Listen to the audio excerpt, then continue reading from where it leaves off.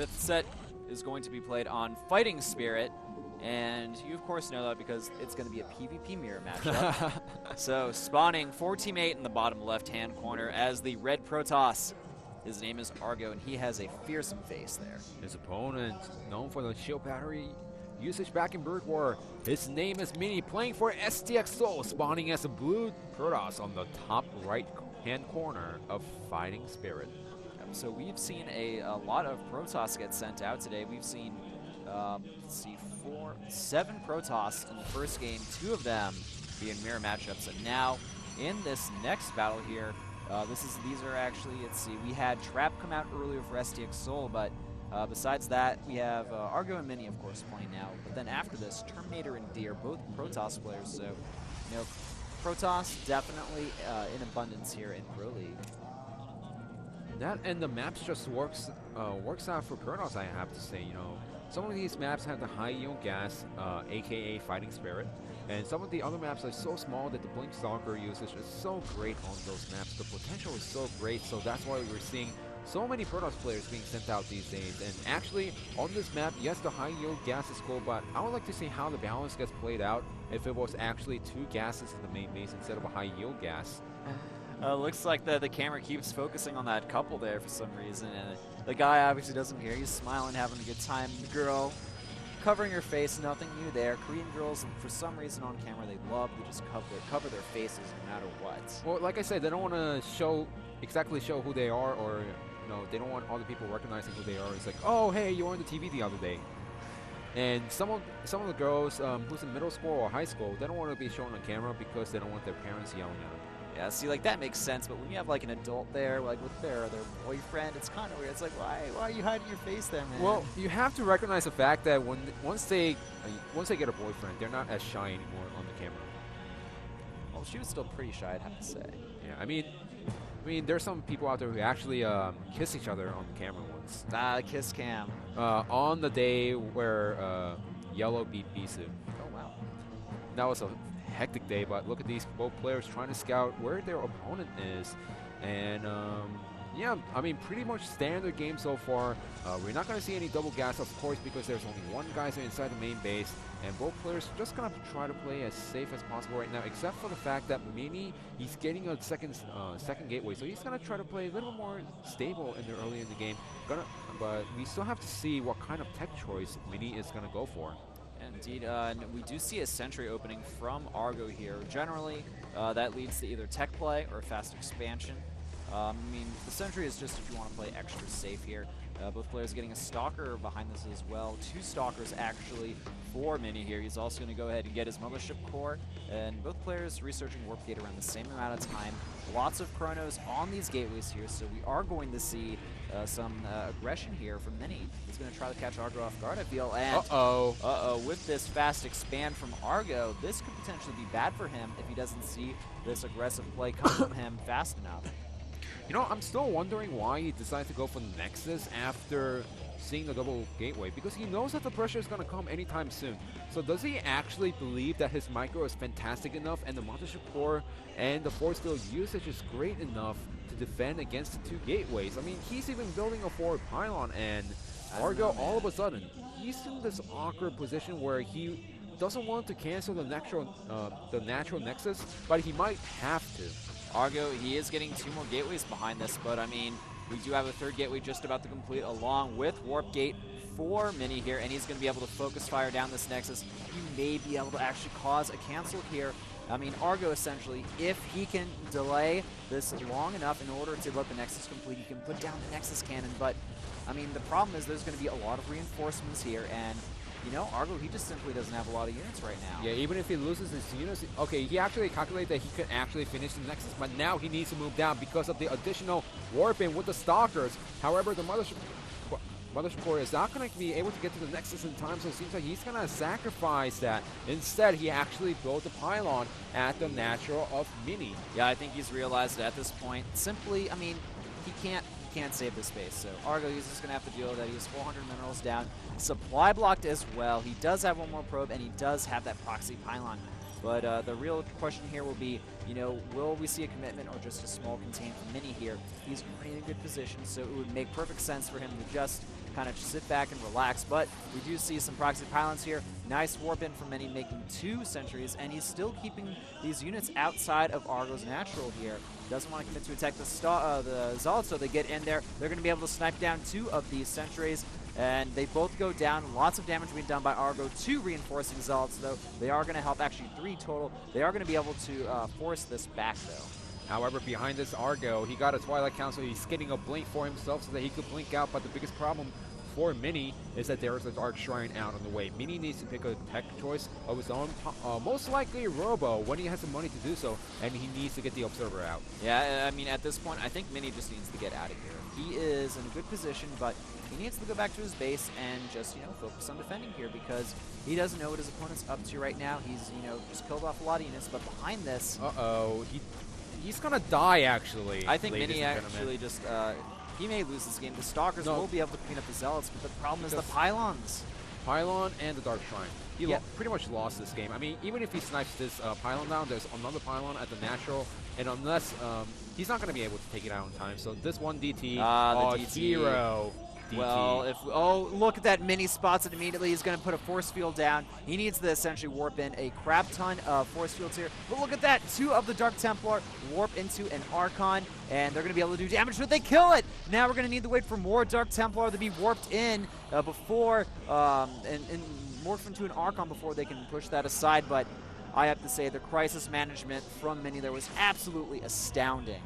In this position, players would panic. I mean, I've seen some players who actually GG after seeing some DTs move around the map. Mini kept his composure throughout the whole thing. And was he almost dead? Yes, but his crisis management was perfect. However, he does have the blink out on the way. He's getting a Nexus for himself, so he's just going to try to contain his opponent from this point, knowing that his DT is not going to get inside his opponent's base. Yes, and now with the Robo finishing up right now, the Observer is going to come out, and this DT is not going to do any damage whatsoever here. And actually, the DT does manage to get into the main base here, but the Observer already halfway done here, and it's not even going to get a single kill here. Oh yeah, absolutely. And he's just going to pull out with the DT, knowing that, he doesn't want to sacrifice it. Now, he does have the blink for himself. He has 3 sentries, so all he needs to do is put down a force field, and Mini, knowing that he's actually trapped inside the main base, he's going to get a Robo.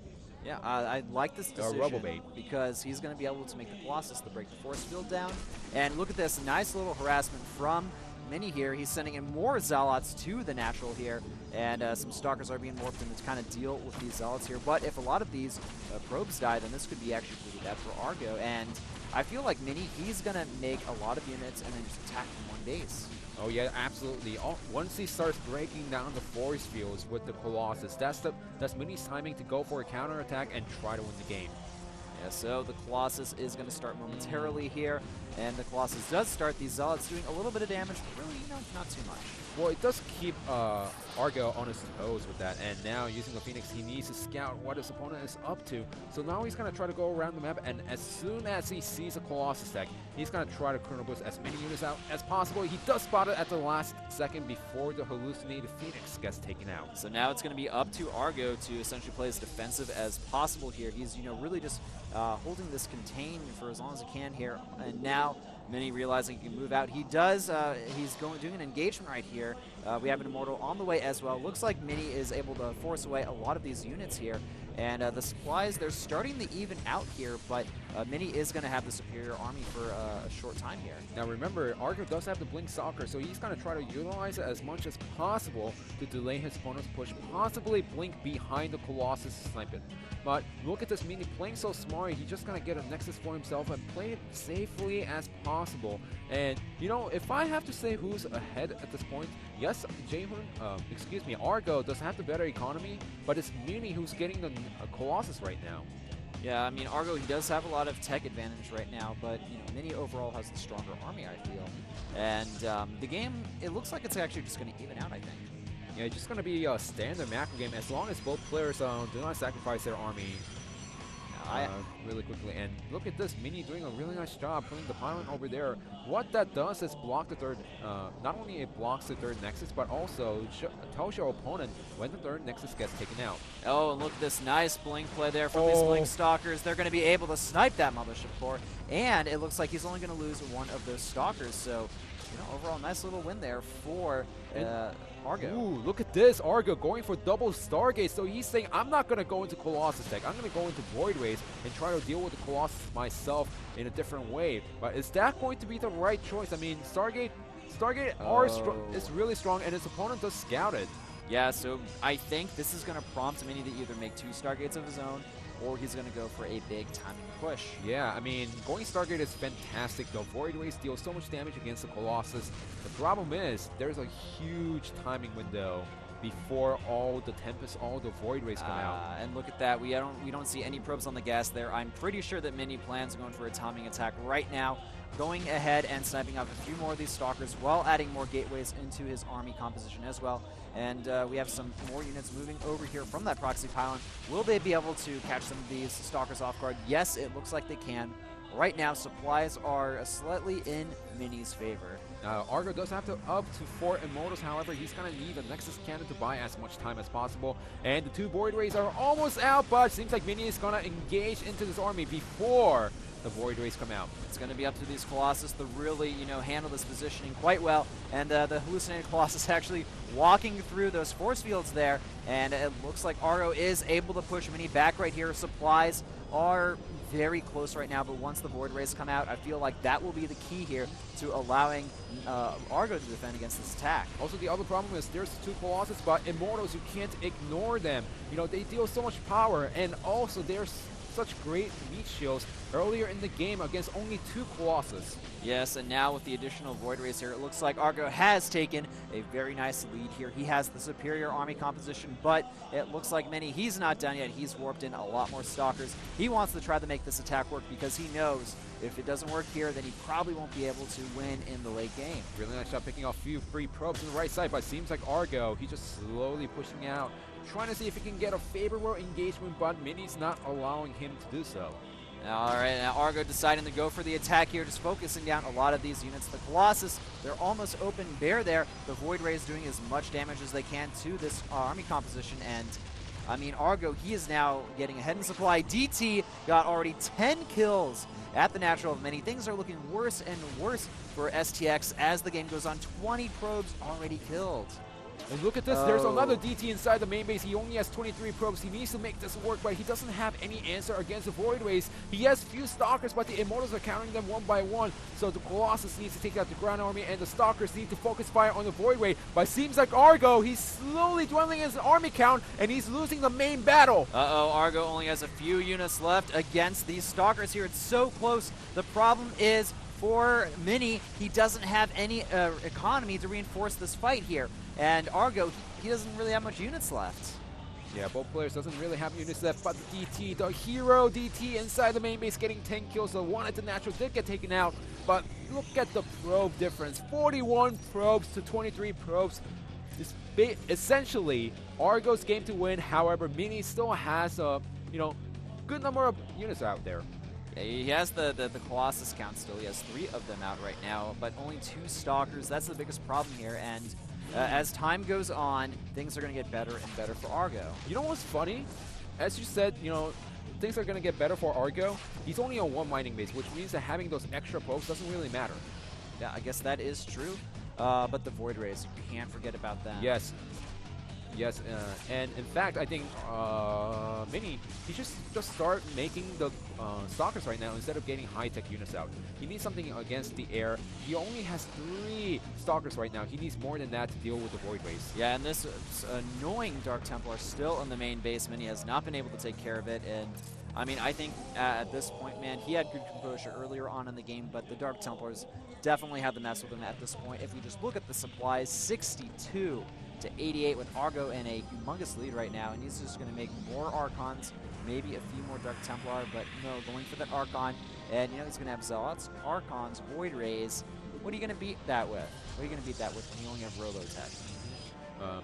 I mean, mass building Stalkers could work, but, Mini, he can't even afford the Stalkers. He only has 5, and then he could only hope to take out all the Void Rays with a Nexus Cannon with the 5 Stalkers at his Natural, but that's not going to be the answer because that's too many Void Rays right now.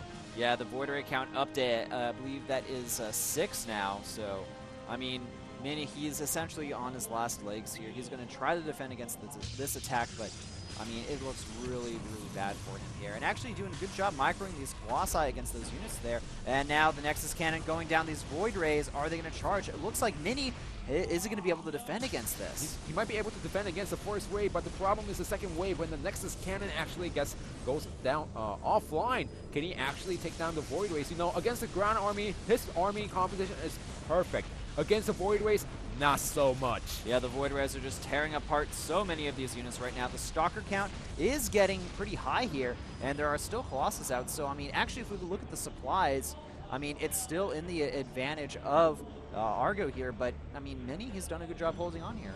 Yeah, and like we said, he doesn't have a third base right now, which means that both players are essentially sitting on the same number of bases right now. And the Void Rays, they're moving into the main base right now, just trying to snipe off a few pylons. This could be a bit of a mistake here. There is no blink, so the Stalkers will not be able to chase down those Void Rays too effectively, but this has effectively supply capped Mini right now, and he's got to be very careful microing those Colossi perfectly in this situation. Yeah, this is one heck of a really micro-intensive battle that we're seeing today. Funky game, man. This is a very funky game. We haven't seen any of this in Wings of Liberty, and it seems like Argo, he's going to go for the attack. Where is the Nexus Cannon? There is no energy for the Nexus Cannon from the looks of it, and the Stalker count, it is starting to dwindle here. The charged up Void Rays are going to be able to do a humongous amount of damage. That's going to be it. Argo blasts through his opponent here, and I believe this is going to be the last defense that Mini can mount against Argo. He's trying to get the Archon out, but that's not going to be enough. He doesn't have the supporting Stalkers. The natural Nexus is under fire and is going to get taken out with the Archon dealing extra damage against the probes. GG. Mini putting up a great fight.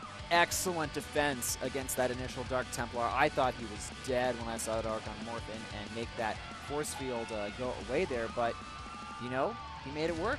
And I have to say that was really, really impressive from Argo overall. He won, man. He knows how to win. And the other problem is that Mini didn't really deal with the DTs later on in the game. Once one got inside the natural and one got inside the main base. So crisis management, it was great in first 10 minutes of the game. Not so much in the next 10 minutes.